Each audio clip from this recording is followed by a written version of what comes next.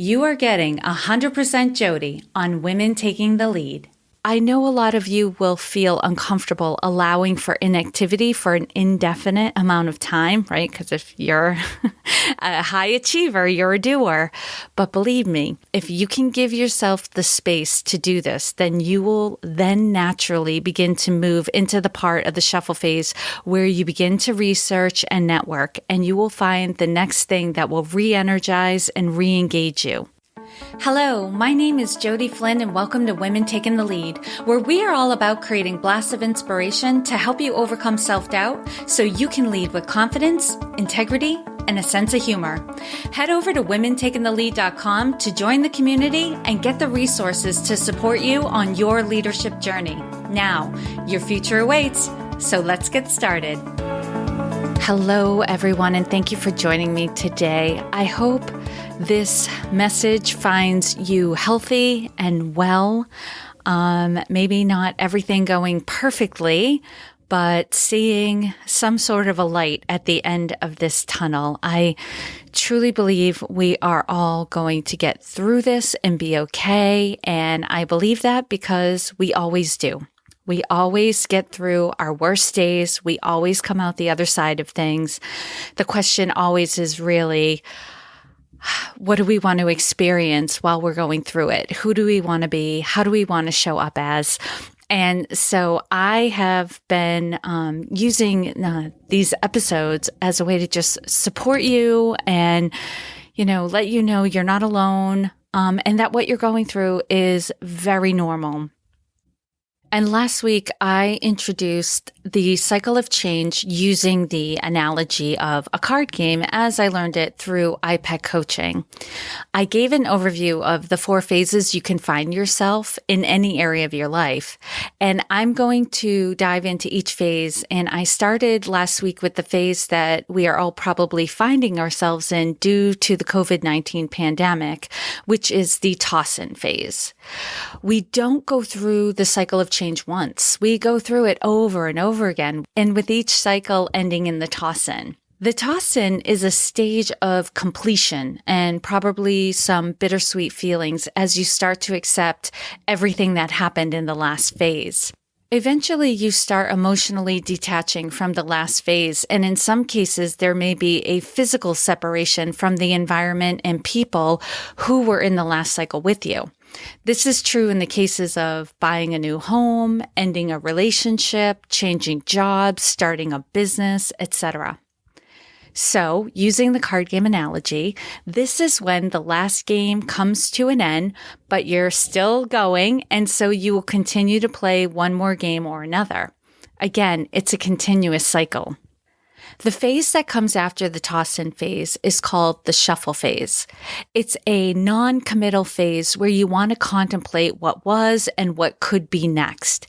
In the toss-in phase of non-action, the contemplating and reflecting had more to do with grieving and letting go of the past and what could have been.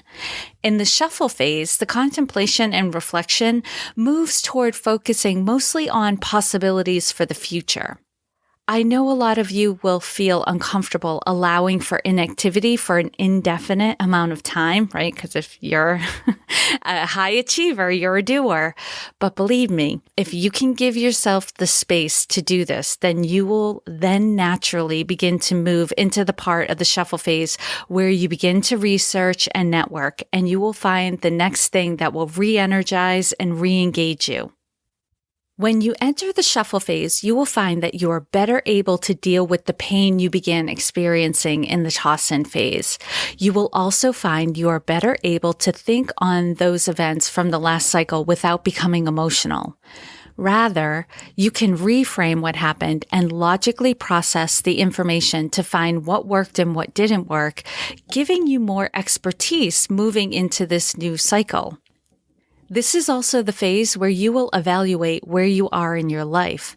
You'll examine your core values and feelings so you can decide what is really important to you in your life, and that will help you decide where you want to move next and how you want to play that game. If you are in the beginning of this phase, you'll likely feel that you have lost control in this area of your life, and that may spill over into other areas because you'll second guess yourself. However, you're also likely feeling like there's an opportunity here for you. You just don't know what it is yet. This is also the phase in which you will likely experience spiritual growth because of the need to go inward and connect with something greater. This causes a leap in personal growth. At the end of this phase, you will have more inner strength, a plan to grow, and renewed energy. You will have a new vision for the future, which will give you hope and a new purpose. With all of this, you will have more enthusiasm going into each day and will probably be breathing a sigh of relief that you can now move on and do something. If you allow yourself to do the kind of work required in this phase, which is reflecting and researching, you will be able to focus on the right activities that will move you forward rather than engaging in activities that are just what you think you should be doing. If you find you are enthusiastic about researching, exploring a new idea, and networking, connecting with people who can move you forward in this area, you are likely well into this phase. If you find you are enthusiastic about researching, exploring new ideas, and networking and connecting with people who can move you forward in this area, you are likely well into this phase. I believe that because we are getting news about some of the restrictions due to COVID-19 being lifted, many of us are starting to come out of the toss-in phase and moving into the shuffle phase. You may have come to a place of acceptance that while some things will be allowed this summer, it will be far from normal.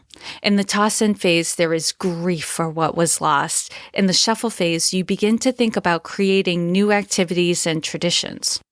I've already had friends say, we can't sit in a restaurant, but we can grab takeout and sit 6 feet apart, either on a large blanket or at a picnic table. You may have already started reaching out to people you know to explore new business or career opportunities. Your team may literally be shuffling responsibilities to allow for more growth and development. If you're not there yet, don't worry. This phase begins with contemplation and reflection. That can look like taking long walks by yourself, sitting in your yard, or staring at nothing. As you move toward the end of this phase, you begin researching and networking to explore ideas. Wherever you are in the perfect place for you. And here are some things that may help you take advantage of the shuffle phase. First, trust that everything you need to move through this phase will come to you. You don't have to control or force it. Just let it unfold and follow what interests you. Your curiosity and your interests are your North Star right now.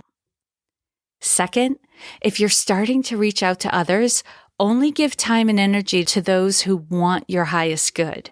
Avoid those who seem to be pushing or pulling you in a direction that doesn't feel good or make sense to you right now. If you can sense judgment coming from them, just put some space between you and them for a while. They've got their own stuff going on, and you don't need that getting in your space. Third, when you're ready to take a little bit of action, don't overthink it. Just start somewhere. You can always pivot if your first moves aren't giving you the information that you need.